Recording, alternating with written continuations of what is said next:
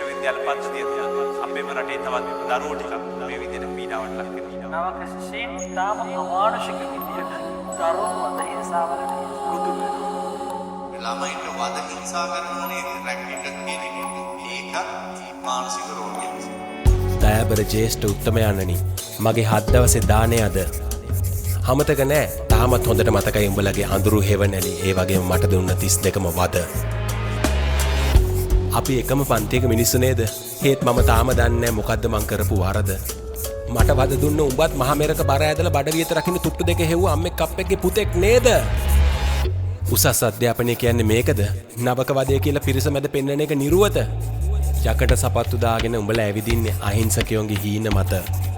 මං අමතක කරලා ඉවරයි උඹලා ඉරපු මගේ ජීවිත පොත. ඒත් උඹලා දන්නවද? මන් නැති දුකට කාලෙකට ඉදෙන්නේ අපේ ගෙදර මුට්ටියේ බත. මගේ හීන මැරුවේ උඹලා මට දීලා ගිනි. උඹලගේ හිනාවෙත් මන් දැක්කේ අඳුරු පරණ ගිනි. කරන්න දෙයක් නැහැ. මං හිතාගන්නම් මේකයි ලෝකේ ධර්මයේ හැටි. කර්මේ දවසක නඩුවයි. අපහයට දුවපන් උඹලා සේරම එදාට වැටි වැටි.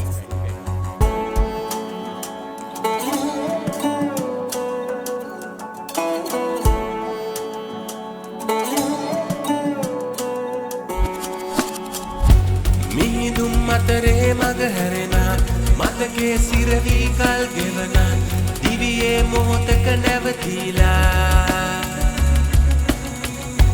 හිම්හානේ මල් පෙති මතලා වස්සානේ සීනය සොයනා දිවියේ මොහොතකම වුණා. අනේ අම්මේ අඬන්න එපා මගේ පින්තූරේ බලන් දෙවියන්ට වැඳ වැඳ. උන් එකෙක් ආවෙන් හැ බේරගන්න අඬනකොට මම පිරිස මැද. සමාවෙන්න මට තිබුණේ නෑ හයියේ ඉන්න ජීවිතේ විඳ විඳ.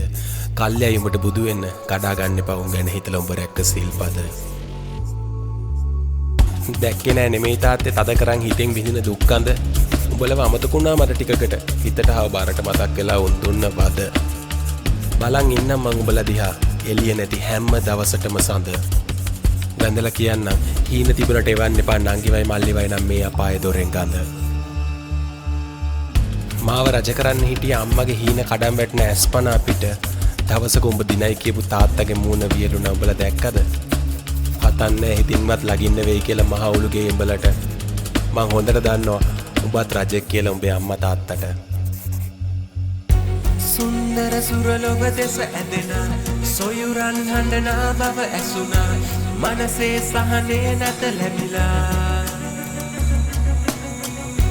පෙන්වන සයුරේ රළ දුටුවා ගැටෙමින් බිඳෙනා බව දැනුණා රළමෙන් ගැටෙමින් මා සිටියා